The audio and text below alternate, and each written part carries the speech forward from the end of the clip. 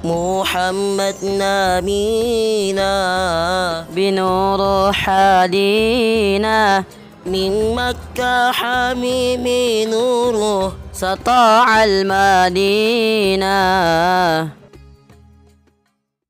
Assalamualaikum warahmatullahi wabarakatuh. Waalaikumsalam warahmatullahi wabarakatuh. Nahmaduhu wa nusalli ala rasulihil karim, amma ba'd. Rabbi syrah li sadri yassir li amri wa hlul 'uqdatam min lisani yafqahu qawli. Subhanaka la ilma lana illa ma 'allamtana innaka antal alimul hakim. Rabbi yassir wa la tu'assir wa tammim bil khair ya fatah wa bika nasta'in ya fatah wa bika nasta'in ya fatah wa bika nasta'in, amma ba'd. Kali ini insyaallah yang kita bahas adalah pelajaran yang berkaitan dengan apakah sepupu satu kali dari bapak-bapak adik kakak bisa saling menikah atau tidak. Karena sebagian suku ada yang mengklaim bahwa sepupu satu kali dari bapak-bapak adik kakak tidak bisa saling menikah. Mungkin pandangan mereka nanti datang kesialan atau begini dan begitu. Ya, kami tidak tahu juga. Cuma perlu kami luruskan. Karena klaim yang salah menurut kacamata agama maka wajib diluruskan. Jelas klaim mereka itu tidak betul. Tidak betul. Di dalam Al-Quran tidak ada larangan dan juga di dalam hadis-hadis Nabi Shallallahu Alaihi Wasallam tidak ada larangan. Sebagaimana para ulama jelaskan bahwa ada 14 wanita yang tidak boleh dinikahi, alias haram dinikahi. Dari 14 itu 13 selama-lamanya haram dinikahi. Sementara yang satu sebabnya itu bisa hilang sewaktu-waktu.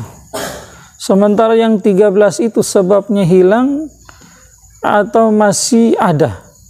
Tetap kalau sudah pernah terwujud itu sebabnya, maka besok-besok sebab itu nanti hilang kembali, keharaman tidak dicabut oleh Allah. Tetap haramnya selama-lamanya, haram abadi. Sementara yang ke-14 itu bisa kapan-kapan bisa keharamannya itu tercabut kalau sebabnya itu sudah hilang. Dari 14 itu 7 diantaranya diharamkan sebab nasab atau karabat. Sebagaimana di dalam Al-Quran di Suratun Nisa juz 4 paling terakhir sebelum masuk juz 5, di sana Allah terangkan hurrimat alaikum ummahatukum, bahwa haram ke atas kamu untuk menikahi mama kandung kamu. Wa banatukum, juga haram ke atas kamu untuk menikahi anak-anak kandung kamu. Wa akhwatukum, dan haram ke atas kamu untuk menikahi saudari-saudari perempuan kandung kamu. Wa ammatikum, dan haram ke atas kamu untuk menikahi tante-tante sungguh kamu dari bapak. Ini saudari perempuan kandung, saudari kandung perempuannya bapak. Wa khalatikum, dan haram ke atas kamu untuk menikah dengan tante-tante sungguh kamu dari mama, saudari kandungnya mama. Wa banatul akhi, dan haram ke atas kamu untuk menikahi ponakan dari saudara laki-laki kamu.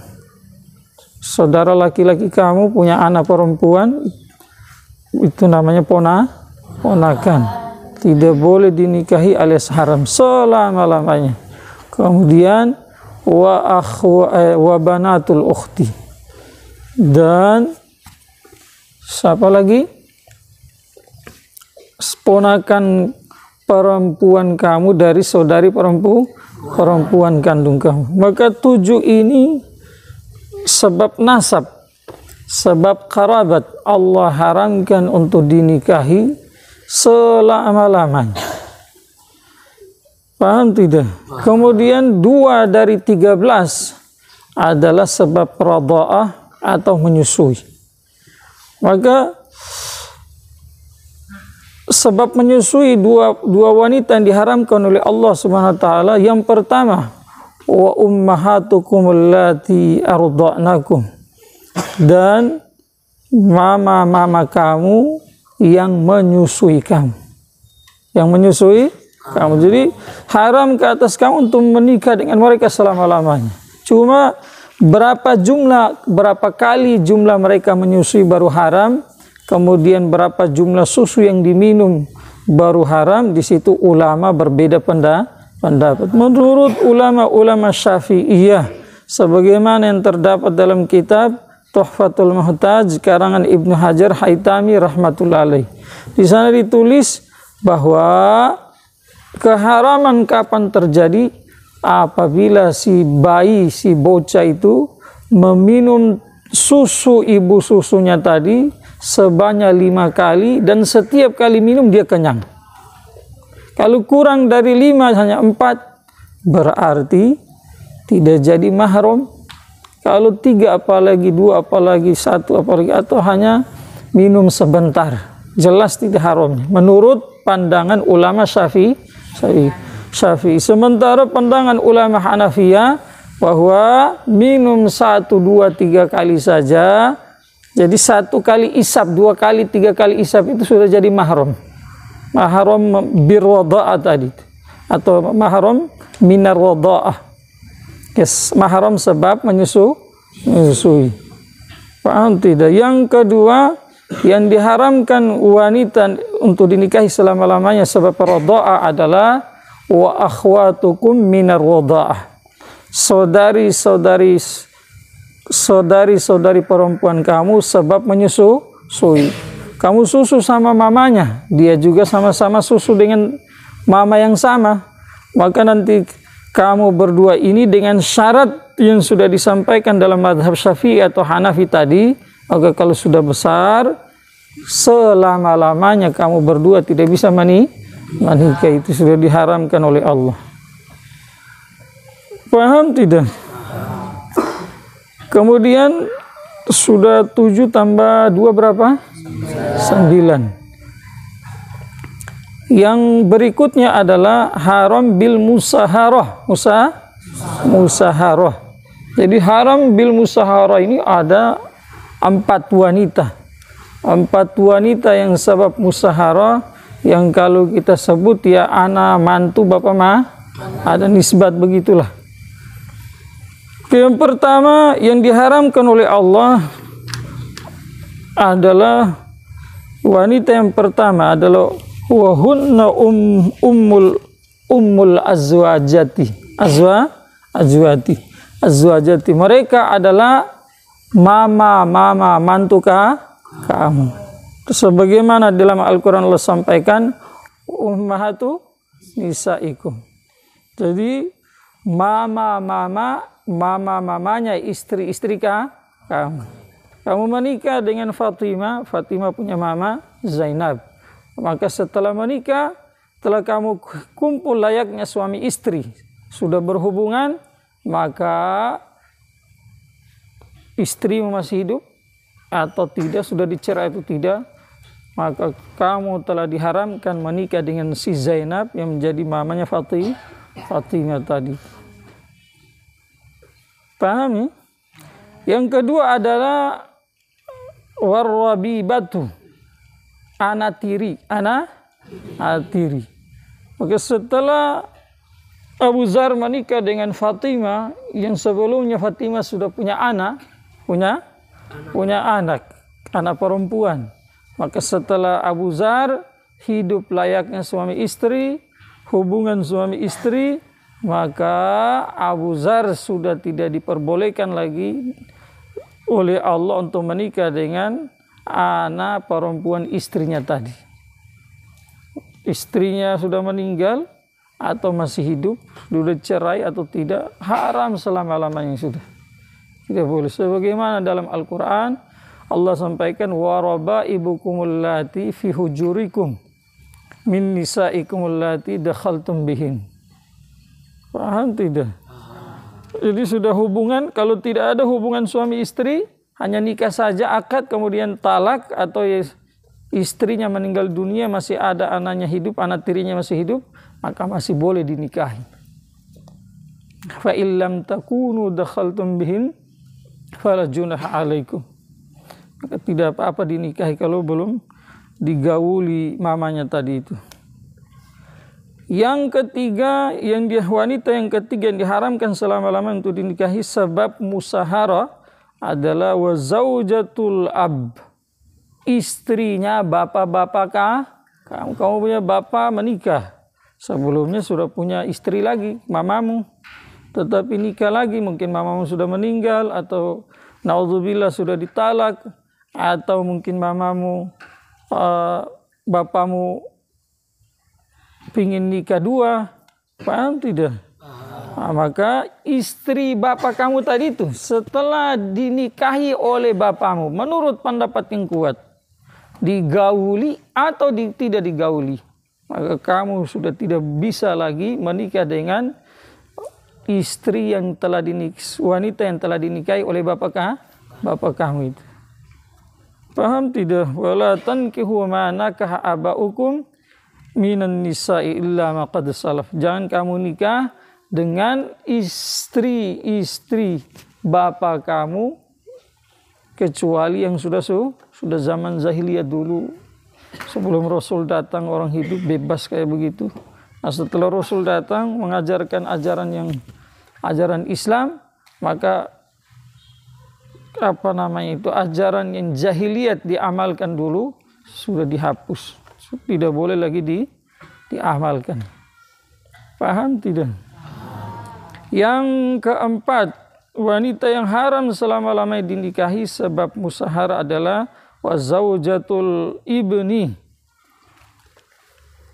Istrinya anak kamu. Abbas menikah sama Fatimah.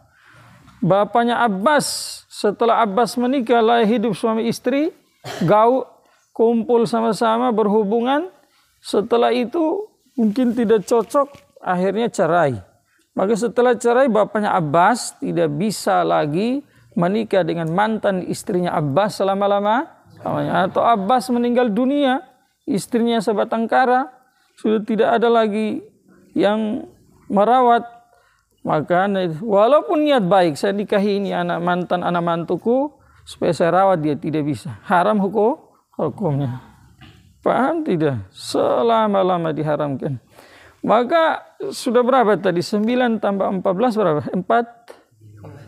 13. Yang ke-14, wanita yang haram dinikahi selama-lamanya adalah juga di dalam Al-Quran itu mengumpulkan dua saudara perempuan kandung dalam satu waktu. Jos masih muda, kuat, lihat dua perempuan disukai padahal adik kakak. Langsung sini Bapak Imam, saya bayar tung, kasih nikah saya sama yang dorong dua ini.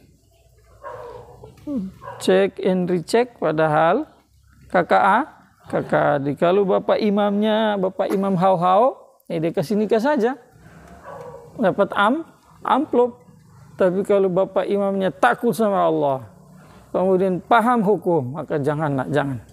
Dunia bisa dibayar tapi akhirat tidak bisa itu. Di sana pengadilan akhirat tidak bisa. Ada yang lolos. Kalau yang salah tetap salah, yang betul tetap betul. Maka tidak boleh. Jadi nikahi salah satu ya bukan jodohmu.